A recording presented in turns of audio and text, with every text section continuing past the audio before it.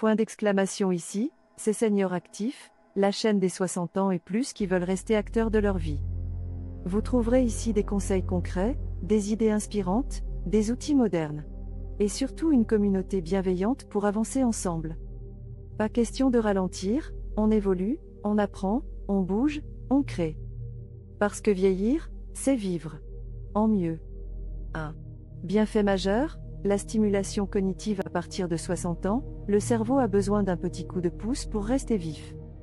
Le café joue un rôle fondamental dans la préservation des fonctions mentales. La caféine bloque l'adénosine, une molécule responsable de la somnolence, et stimule la dopamine et la noradrénaline, qui améliorent la concentration, la mémoire à court terme, la vivacité mentale, la motivation à agir, idéal pour les créateurs et entrepreneurs comme toi. Des études montrent une réduction significative du risque de maladie de Parkinson et un ralentissement du déclin cognitif chez les buveurs réguliers de café, 2 à 3 tasses jour.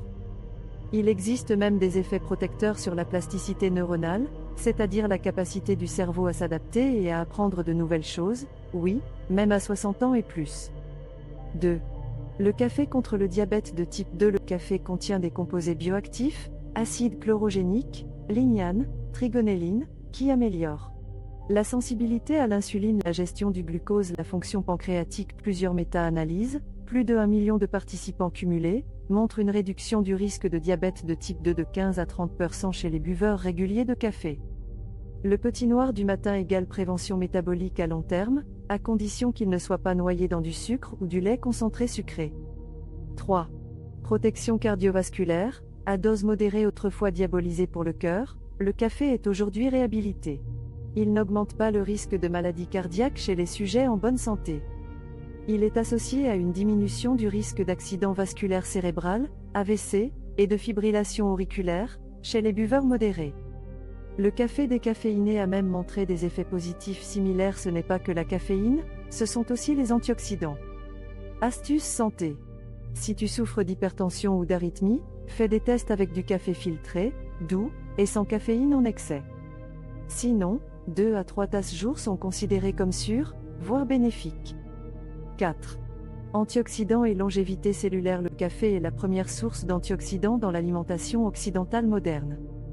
Il contient des polyphénols, des acides phénoliques, du magnésium, du potassium, de la vitamine B3. Ces composés protègent les cellules du stress oxydatif, un facteur clé du vieillissement, des cancers, et des maladies inflammatoires chroniques.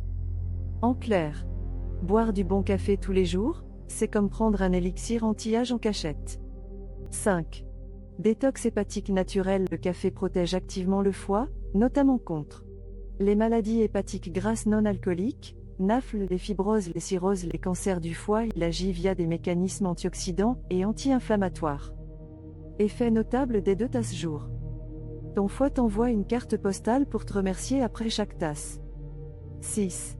Bonne humeur et motivation. La dopamine boostée. Le café stimule la dopamine, neurotransmetteur de la motivation, du plaisir, de l'action.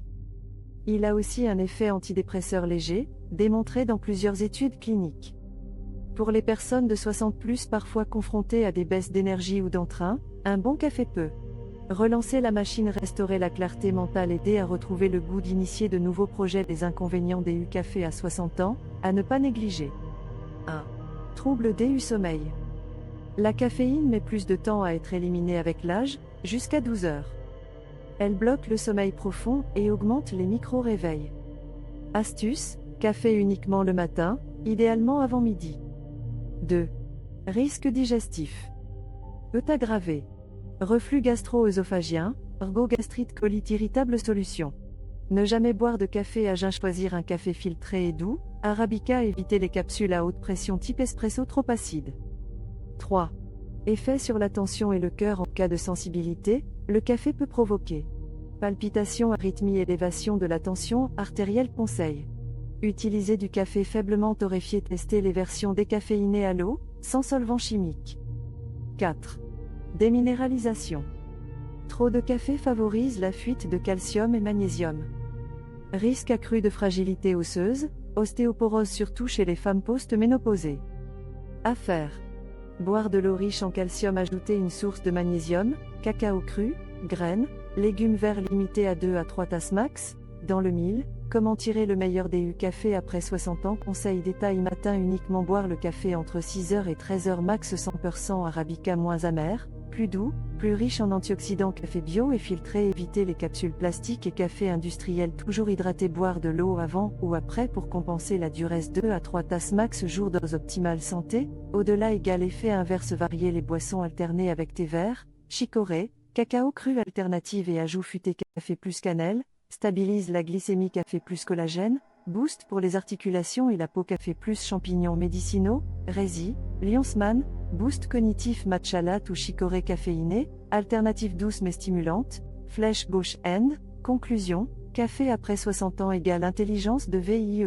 Le café, c'est comme un bon partenaire de travail à 60 ans, utile, motivant, mais avec des règles à respecter. Bois-le avec conscience, choisis-le avec exigence, et il t'offrira un cerveau alerte, un corps protégé, un moral de battant, une routine plaisir au quotidien. Conclusion, le café, un élixir quotidien. À manier avec sagesse au fil des années, nos habitudes évoluent. Le corps devient plus fin dans ses réactions, l'esprit plus exigeant, et le quotidien plus précieux. Le café, ce breuvage millénaire, continue pourtant de s'inviter à notre table comme un rituel de vie, un lien social, un carburant intellectuel, un petit plaisir parfois trop négligé dans sa puissance. Et ses pièges. À 60 ans et plus, le café n'est plus une simple habitude anodine, mais un outil de bien-être à part entière. Bien choisi, bien dosé, bien intégré dans une routine consciente, il devient un allié de longévité, de clarté mentale, de plaisir éveillé. Il stimule la mémoire, soutient le moral, protège le foie, affine la vigilance. Et même, parfois, prolonge la vie. Mais comme tout élixir, il demande respect et modération. Le bon café, c'est celui qui vous respecte. Celui que vous buvez sans excès, sans dépendance. Celui que vous choisissez avec soin, en filtrant les faux plaisirs, le sucre, les additifs, les capsules ultra-traitées, pour ne garder que l'essentiel, l'arôme, la chaleur, et la stimulation positive. Celui qui s'harmonise avec votre rythme, qui ne vole pas vos nuits, qui ne joue pas avec votre cœur ni votre estomac.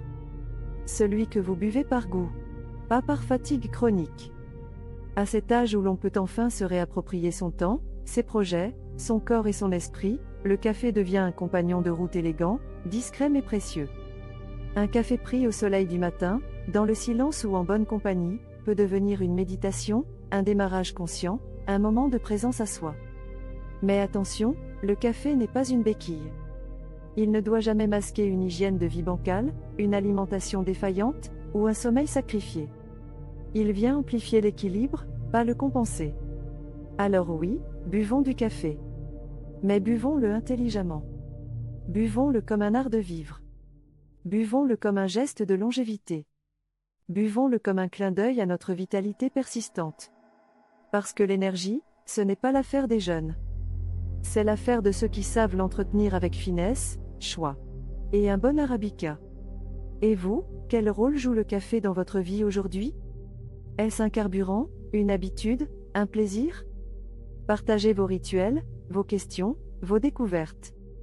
Parce que même dans une tasse, il y a toujours quelque chose à explorer.